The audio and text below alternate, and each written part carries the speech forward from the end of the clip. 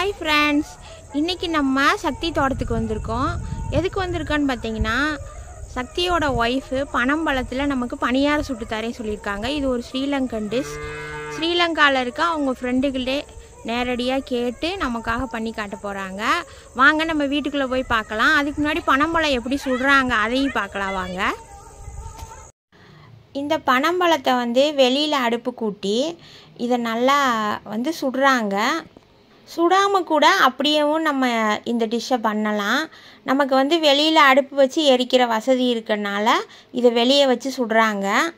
இந்த பனம்பழத்தை சுடுறதுனால என்னன்னு பார்த்தீங்கன்னா, அது சாறு தண்ணி மாதிரி ஒழுகாமல் கொஞ்சம் க்ரீமியாக இருக்கும், வாசனையும் நல்லா இருக்கும், டேஸ்ட் அதிகமாக இருக்கும். அதுக்காக இப்போ நம்ம வெளியே வச்சு சுடுறாங்க. கிட்டத்தட்ட இது ஒரு அரை மணி நேரத்துக்கிட்ட ஆகுது.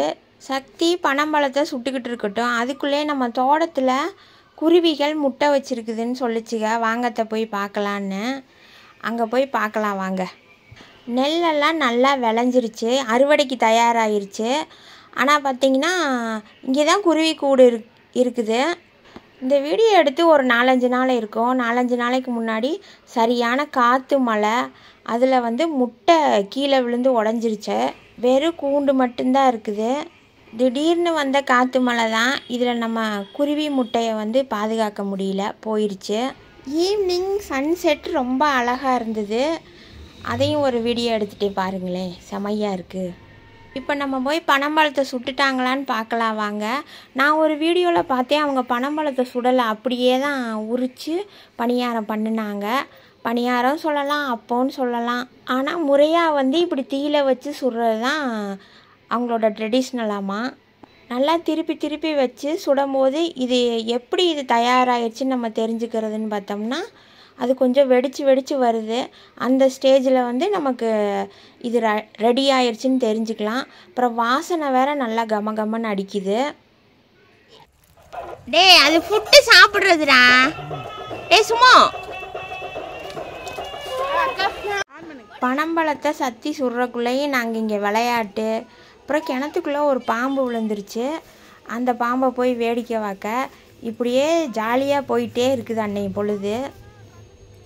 இந்த பாம்பு தண்ணி சாரையாமா, தண்ணி சாரை பாம்புன்னு சொன்னாங்க.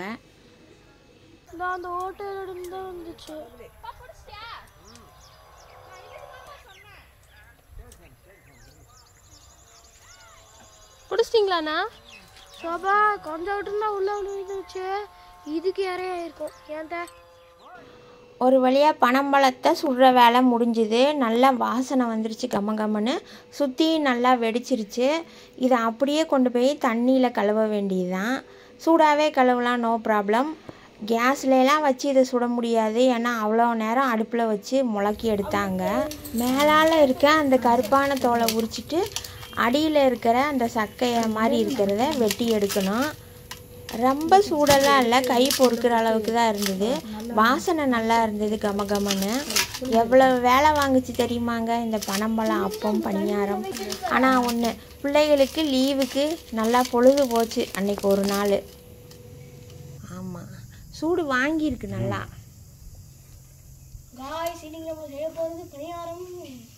இதுக்கு பேர் தான் பனம்பழம். அந்த உள்ளே இருக்கிறது தான் பனங்கொட்டை, அது நட்டாத்தே இந்த பனங்கிழங்கு வரும். ரைட். இந்த கிழங்கு நட்டோம்னா வராது.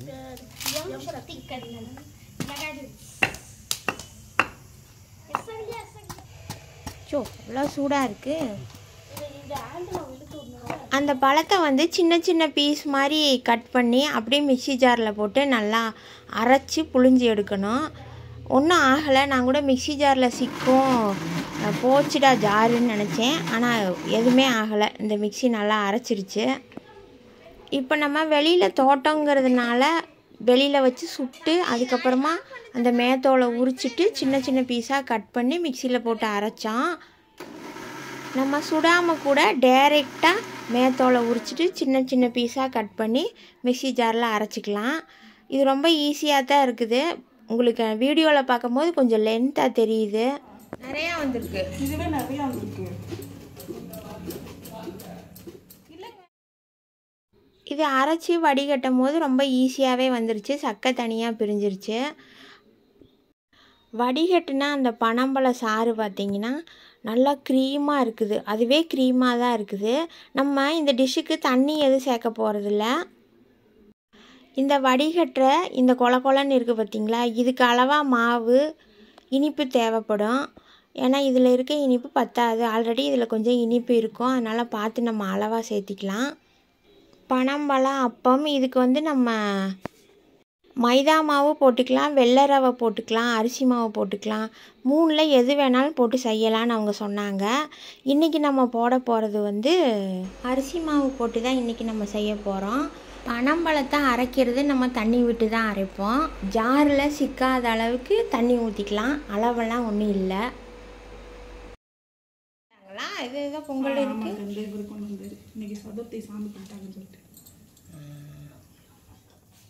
ஃபஸ்ட்டு இந்த டிஷ்ஷுக்கு தேவையான ஏலக்காய், இவ்வளோ ஏலக்காயை நம்ம மிக்சியில் போட்டு நல்லா அரைச்சி பவுட்ரு பண்ணி இது கூட சேர்த்திக்கலாம்.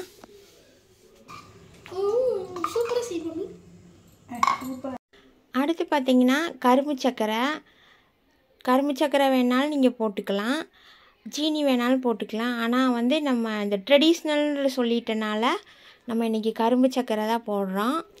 இதில் ஏற்கனவே கொஞ்சம் ஸ்வீட்னஸ் இருக்குது. அதனால் ஓரளவுக்கு கம்மியாகவே நம்ம சேர்த்திக்கலாம். சர்க்கரை கொஞ்சம் நல்லா கலக்கட்டும். இது கலக்க நல்லா இருக்குது. ரொம்ப புஜு புஜுன்னு இருக்குது மாவு, புஷ்டிக்காக வருது மாவு. இன்றைக்கி நம்ம இதில் வந்து அரிசி மாவு செஞ்சு தான் இப்போ நம்ம சுட போகிறோம். அளவெல்லாம் பார்க்கல. அந்த பனம்பழத்தோட சாறு எவ்வளோ இருக்கோ அதுக்கு தக்கன மாவு சேர்த்தி கலக்கியாச்சு. பத்தலைன்னா மறுபடியும் மாவு சேர்த்திக்கலாம்.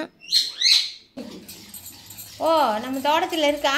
தோட்டத்தில் இருக்கு. அந்த லைட் அரைச்சு நம்ம தோட்டத்தில் அது மரத்தில் நிறைய மின்னுக்குச்சு. பச்சை கலரில் பார்க்கலாம்.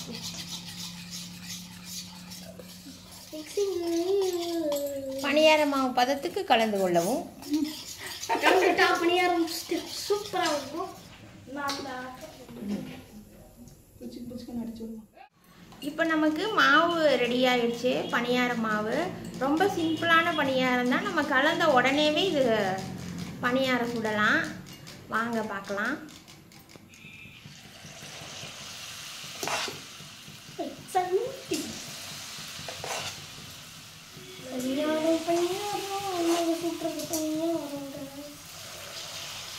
பணியாரம் சொல்ல முடியாது, இதுதான் அப்பம். அப்பம் தான். பணியாரம் வந்து சுடுறாங்க பணியாரமா. ஆனால் நம்ம இன்னைக்கு செஞ்சுருக்கிறது அப்பம். நமக்கு பணியார சுடலுக்கு பக்குவம் பட்டிருக்கோம். அப்போதைக்கே ரொம்ப சிரமப்பட்டுட்டோம். பனம்பழ அப்பம்.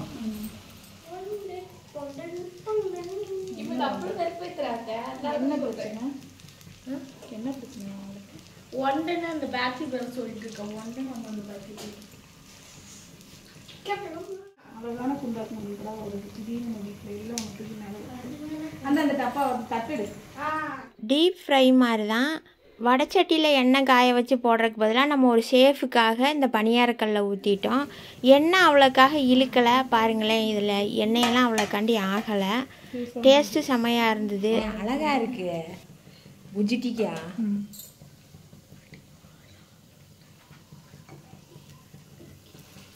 சால்ட்டு பண்ணிடுச்சு கவசி. அக்கா இதுவே நம்ம சாதாரண பணியாரம் ஊற்றினா 5 அடி ஒன்றா ஊற்றிடுவேன். இது கொஞ்சம் எண்ணெய் அதிகமாக இருக்குனாலும் குத்தாமல் இருக்கு. இல்லைன்னா வரிசைக்கு வரைக்கும் குத்திட்டு இதை எப்படி நம்ம கலக்கி வச்ச அந்த மாவுக்கு ஒரு 50 பணியாரத்துக்கிட்ட வந்திருக்கோம். சாப்பிட்டு பார்த்துட்டு டேஸ்ட் எப்படி இருந்துச்சுன்னு நான் சொல்கிறேன். பணியாரம் ரெடி ஆயிடுச்சு. சாப்பிட்டு பார்க்கலாம் டேஸ்ட் எப்படி இருக்குன்னு.